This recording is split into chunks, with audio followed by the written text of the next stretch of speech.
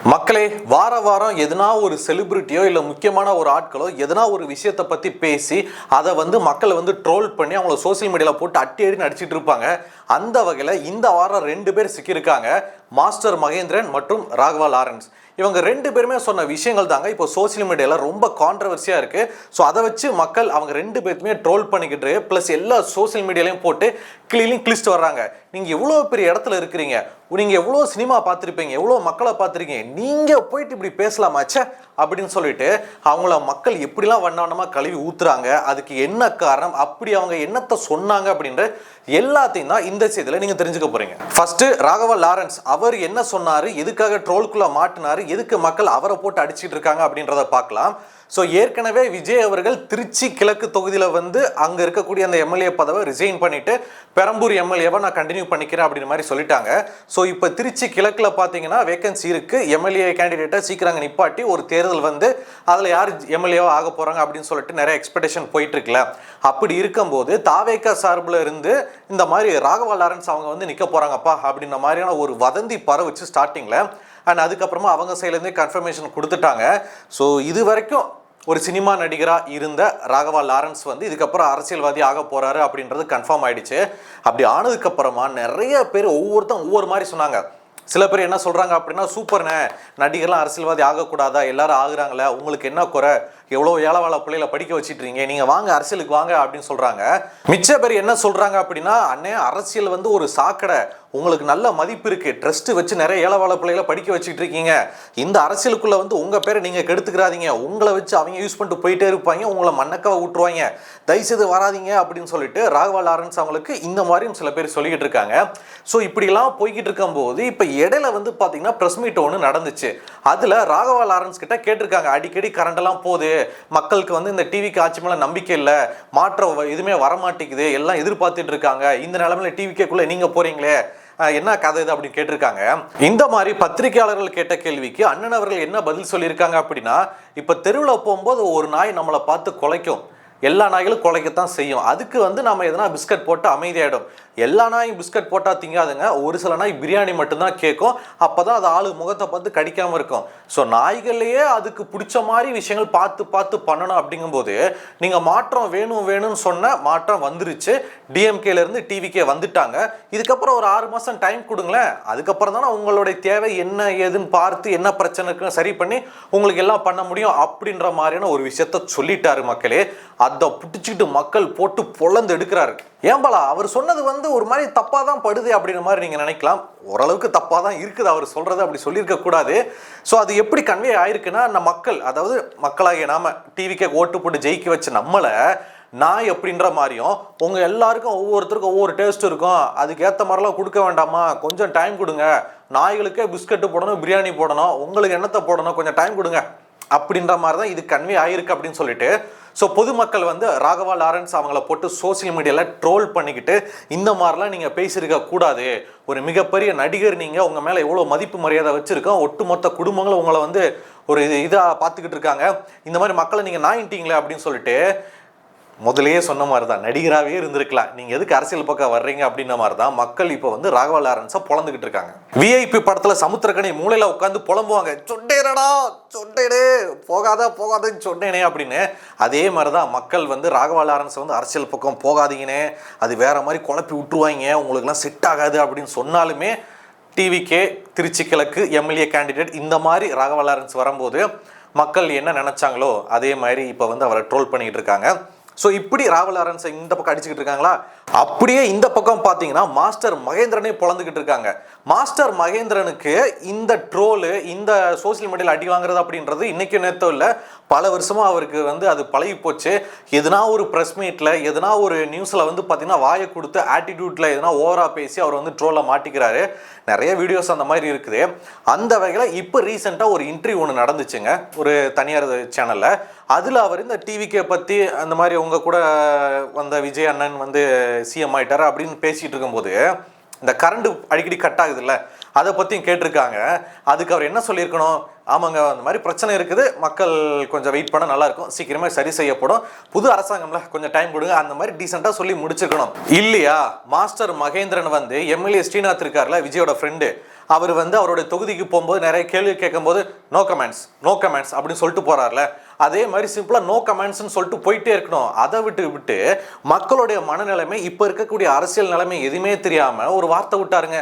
அவர் என்ன சொல்றாரு அப்படின்னா, கரண்ட் இல்லையா, கரண்ட் போயிடுச்சா, இந்த சோலார் சிஸ்டம்னு ஒன்று இருக்கு, அதெல்லாம் எதுக்கு வச்சிருக்காங்க, இல்லை மக்களுக்கு அதெல்லாம் தெரிய மாட்டேங்குதா, இல்லையா என் வீட்டில் இருந்து கூட கரண்ட் எடுத்துக்குவாங்க, யாரு வேண்டான்னா, ஏங்க கரண்ட் போயிடுச்சு புலம்புனா மட்டும் கரண்ட் வந்துருமா? விஜய் கிட்ட போயிட்டு மைக்கை நட்டி சார் கரண்ட் வரல பீஸ் பிடிங்கிட்டாங்கன்னா விஜய் வந்து உடனே வந்து கரண்டை பிடிங்கிட்டுருவாங்களா? பேசவே கூடாது. 6 மாசத்துக்கு நீங்களாம் பேசவே கூடாது, வெயிட் பண்ணுங்க, 6 மாசத்துக்கு எதாவது இருந்தாலும் வெயிட் பண்ணுங்க அப்படின்னு சொல்லிட்டு மக்கள் வந்து பேசக்கூடாது, உரிமை கொடுக்கக்கூடாது, 6 மாசத்துக்கு வாயை மூடிட்டு இருக்கணும் அப்படின்ற மாதிரி ஒரு விஷயத்த அவர் சொல்லியிருக்காருங்க. அது மட்டும் இல்லாமல் மகேந்திரன் மேலும் என்ன சொன்னார் அப்படின்னா, இதுக்கு முன்னாடி வரைக்கும் உங்களுக்கு கரண்ட் கரெக்டாக வந்துச்சுல, அப்போ ஜாலியாக தானே இருந்தீங்க, அப்புறம் என்ன இப்போ போனால் கொஞ்சம் அட்ஜஸ்ட் பண்ணிக்கோங்களேன் அப்படின்ற மாதிரி மக்களை வந்து அட்ஜஸ்ட் பண்ணி வாழ பழகுங்க அப்படின்ற மாதிரியும் சொல்கிறாரு. அதை மக்கள் பிடிச்சிக்கிட்டாங்க. ஸோ பிடிச்சி இப்போ வரைக்கும் ட்ரோல் பண்ணிக்கிட்டு இருக்காங்க, சோசியல் மீடியாவில் போட்டு அடி அடிக்கிறாங்க. இந்த மாஸ்டர் மகேந்திரனுக்கு வந்து வாய் ரொம்ப ஜாஸ்தின்னு. ராகவா லாரன்ஸ் அவர்கள் கூட நல்ல மனிதர், இப்ப இந்த அரசியலுக்குள்ள வந்ததுக்கு அப்புறமா ஏதோ ஒரு வகையில் அந்த வார்த்தை சொல்லி மாட்டிக்கிட்டா அப்படி. ஆனா மாஸ்டர் மகேந்திரன் வந்து பல வருடங்களாக பல இன்டர்வியூல பாத்தீங்கன்னா நான் தான் பெரியது, நான் தான் தௌலத்து அப்படின்ற மாதிரி நிறைய ஆட்டிடியூட் காட்டி நிறைய வாய் விட்டு நிறைய ட்ரோலையும் மாட்டிக்கிட்டாரு. அதே மாதிரிதான் இப்போ அந்த கரண்ட் கட்டை பத்தியும் மக்கள் வந்து 6 மாசத்துக்கு வாய் திறக்க கூடாது அப்படின்றத பத்தியும் பேசி தொக்க மாட்டிக்கிட்டார். ரீசெண்டா பாத்தீங்கன்னா காமெடி நடிகர் பாவா லட்சுமணன் இருக்கார்ல, அவர் வந்து டூரிங் டாக்கீஸ் யூடியூப் சேனல்ல சித்ரா லட்சுமணன் இருக்கார்ல, அவரோட இன்டர்வியூ கூட என்ன சொல்லியிருக்காரு அப்படின்னா, இந்த மாஸ்டர் மகேந்திரன் அந்த வயசுல இருந்து ரொம்ப ஓவரா பண்ணுவாருங்க. இந்த சூரியவம்சம் படத்துல ஒரு பேரன் வயசுல ஒரு பாப்பா வருவாங்க பாத்தீங்களா, அவங்களதான் பையனா மாத்தி நடிக்க வச்சிருக்காங்க. அதுக்கு முத மாஸ்டர் மகேந்திரனை தான் கூப்பிட்டாங்களாம். ஏன்னா நாட்டாமல இருந்து ஐயா நான் பார்த்தேன் அங்க யாருமே இல்லை அப்படி சொல்லுவாரு பாத்தீங்களா, அதனால சூரியவம்சத்திலையும் போடலாம்னு பிளான் பண்ணிட்டாங்களாம். ஆனா நிறைய படங்களை இந்த மாஸ்டர் மகேந்திரனுக்கு வந்து அங்க குட்டி சின்ன நட்சத்திரங்களை நடிச்ச எக்ஸ்பீரியன்ஸ் ஆனதுனால சூரியவம்சம் படத்து அந்த செட்டுக்குள்ள வந்துட்டு எனக்கு எத்தனை சீன் இருக்கு, என்னென்ன டைலாக் சொல்லுவீங்க, என்ன ஃப்ரேம் வைப்பீங்க, என்ன லென்ஸ் வைப்பீங்கன்னு சொல்லிட்டு எல்லாரையும் பிடிச்சி குடஞ்சிக்கிட்டே இருந்தாரா, ரொம்ப கேள்வி கேட்டாரா. அதனால அவனை சொல்லி இல்லாட்டி அவனை குன்று அப்படி சொல்லிட்டு டைரக்டர் வந்து ரொம்ப ஒரு மாதிரியா டென்ஷன் ஆயிட்டாராம். அந்த அளவுக்கு டைரக்டரையே டென்ஷன் படுத்தினாலும் நம்ம மாஸ்டர் மகேந்திரன் அப்படின்னு சொல்லிட்டு பாவா லட்சுமணன் சொல்லியிருக்காரு. அது மட்டும் இல்லாம அதுக்கப்புறம் வந்து நிறைய படங்களாகட்டும், படத்தோட ப்ரொமோஷன் ஆகட்டும், நான் அப்படி பண்ண போறேன் இப்படி பண்ண போறேன் நான் அது இதுன்னு சொல்லிட்டு இந்த மாஸ்டர் மகேந்திரன் வந்து படுத்தாத பாடு இல்லை. அதனாலதான் மாஸ்டர் மகேந்திரனுக்கு நிறைய படங்கள் கிடைக்கிறதுல, பேர் சொல்லிக்கும்படியே நிறைய பட வாய்ப்புகள் வர்றதில்லை, நிறைய டைரக்டர்ஸ் வந்து அவாய்ட் பண்ணிக்கிட்டு இருக்காங்க அப்படின்னு சொல்லிட்டு சோசியல் மீடியால ஒரு கருத்தும் பரவுது.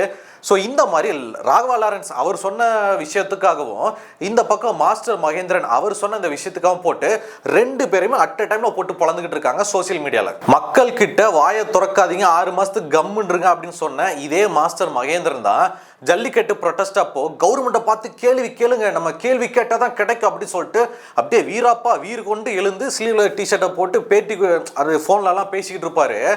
அப்படி பேசின மனுஷன் அப்படி இந்த பக்கம் வந்து கேள்வி கேட்காதீங்க, 6 மாசம் கேள்வி கேட்காதீங்க, ஃப்ரீயா விடுங்க அப்படின்னு சொல்றாரு. அப்படின்னா அதுக்கு காரணம் என்ன தெரியுமா, இந்த மாஸ்டர் மகேந்திரன் வந்து விஜய் அவர்கள் கூட நிறைய படம் நடிச்சிருக்கா. அப்படி இப்போ விஜயமே சிஎம் ஆகிட்டாரு, இவருக்கும் டிவிகே கட்சிக்குள்ள போடுன்ற ஒரு ஆசை துளிர் விட்டு எழுது, அதனாலதான் டிவிகேக்கு சொம்பு அடிக்கிறார் இவர் அப்படின்னு சொல்லிட்டு மாஸ்டர் மகேந்திரன் மேல இந்த மாதிரியும் ஒரு குற்றச்சாட்டு எழுது. வடிவேல் காமெடி ஒன்று வருங்க, யாரு பத்த புள்ளையோ நாம வாங்குற அடிகளை அவன் வாங்கிட்டு இருக்கானு, அதே மாதிரிதான் சிஎம் விஜய் அவர்களுக்கு வர வேண்டிய கேள்வி, விஜய் அவர்களை அடிக்க வேண்டிய சோசியல் மீடியால கேட்க வேண்டிய இந்த எல்லா அடியுமே மாஸ்டர் மகேந்திரன் இடையில வந்து வாய் கொடுத்து வாங்கி அவன் அடி வாங்கிட்டு புண்ணாகிட்டு இருக்கா. அப்படியே யாரு வத்தப்பிள்ளையோ.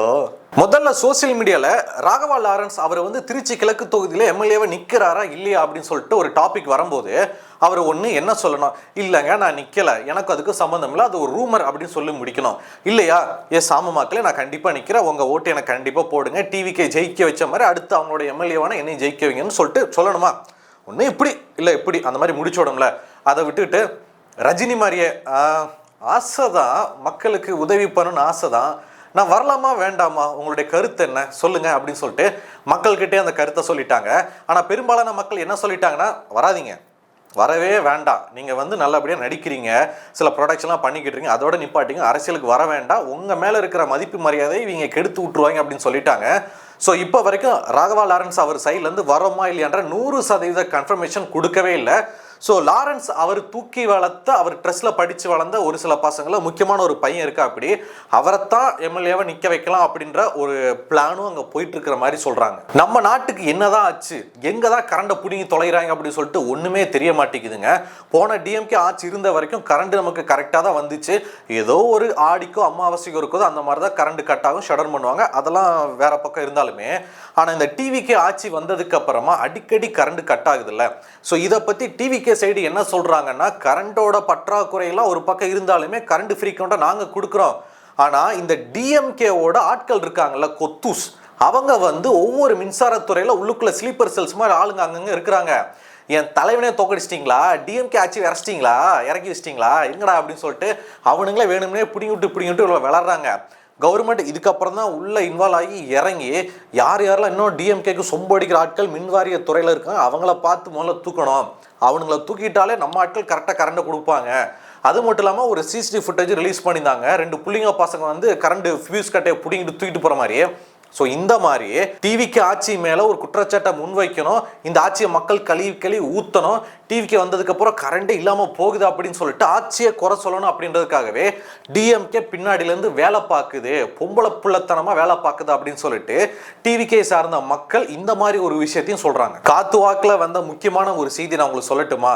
கூடிய விரைவில் உள்ளாட்சி தேர்தல் வரப்போகுது.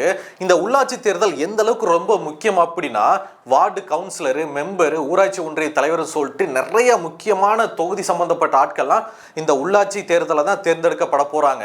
ஸோ அந்த தலைவர்கள் யாரெல்லாம் ஜெயிக்கிறாங்களோ அவங்க தான் ஒட்டுமொத்த நாட்டை கண்ட்ரோல் பண்ற மாதிரி. ஏன்னா மேலிட சிஎம், அமைச்சர், மினிஸ்டர் அதெல்லாம் வேற, கிரவுண்ட் லெவலில் இறங்கி மக்களுக்காக வேலை பார்க்கறலாம் இந்த உள்ளாட்சி தேர்தலில் ஜெயிக்கிறவங்க தான். அப்போ டிஎம்கே என்ன பிளான் பண்றாங்க அப்படின்னா, இந்த உள்ளாட்சி தேர்தலாம் டார்கெட் பண்ணியிருக்கிறாங்க. ஏற்கனவே டிஎம்கேவான நாங்கள் நல்லபடியாக கரண்ட் கொடுத்தோம், ஆனால் டிவிகே வந்ததுக்கு அப்புறம் அவங்களால கரண்ட் கட் ஆகுது. இப்போ சொல்லுங்க, நாங்கள் பெஸ்ட்டா அவங்க பெஸ்ட்டா? நாங்கள் தானே பெஸ்ட்டு. அப்போ உள்ளாட்சி தேர்தலில் எங்களுக்கே ஓட்டு போடுங்க, டிஎம்கேவே ஜெயிக்க வைங்க அப்படின்னு சொல்லிட்டு இந்த டிஎம்கே தான் நிறைய வேலைகளை பார்க்குறாங்க. உள்ளாட்சி தேர்தலில் அவங்க ஜெயிக்கிறதுக்காக ட்விஸ்ட் பண்ணி விடுறாங்கப்பா அப்படின்னு சொல்லிட்டு அப்படியும் ஒரு குற்றச்சாட்டை முன் வச்சுட்டு இருக்காங்க. ஸோ நீங்கள் சொல்லுங்க மக்களே, ராகவா லாரன்ஸ் அவர் சொன்னது தப்பா சரியா? மாஸ்டர் மகேந்திரன் இந்த மாதிரி வாயை கொடுத்தா பார்த்தீங்களா, 6 மாசம் யாரும் பேசாதீங்க அப்படின்னு சொல்லிட்டு, அது தப்பா சரியா? அதே சமயத்தில் கரண்ட் அடிக்கடி கட் ஆகுதுல, இதுக்கு காரணம் யாரு? மற்றவங்க குற்றச்சாட்டு முன்வைக்கிற மாதிரி டிஎம்கே தான், அவங்க தான் டிவிகே வந்து தப்பான ஒரு ஆட்சி, அவங்க மோசமானவங்க சொல்லிட்டு பழிய தூக்கி போறதுக்கு இந்த மாதிரி பண்றாங்களா, இல்லை வந்து உண்மையிலேயே டிவிகே வந்து கரண்டை பிடிங்கி விடுறாங்களா அப்படின்னு சொல்லிட்டு மக்களாகிய உங்களோட கருத்து என்ன? நீங்க என்ன சொல்ல விரும்புறீங்க? நீங்க எந்த ஏரியாவில் இருக்கிறீங்க? உங்க ஏரியாவில் அடிக்கடி இந்த மாதிரி கரண்டை கட் பண்ணி விட்டு உங்களுக்கு தொல்லப்படுத்துறாங்களா அப்படின்ற உங்களுடைய கருத்துக்கள் அது எல்லாத்தையுமே பாலாவகன் கூட சேர்ந்து கீழே கமெண்ட்ல தெரியப்படுத்துங்க.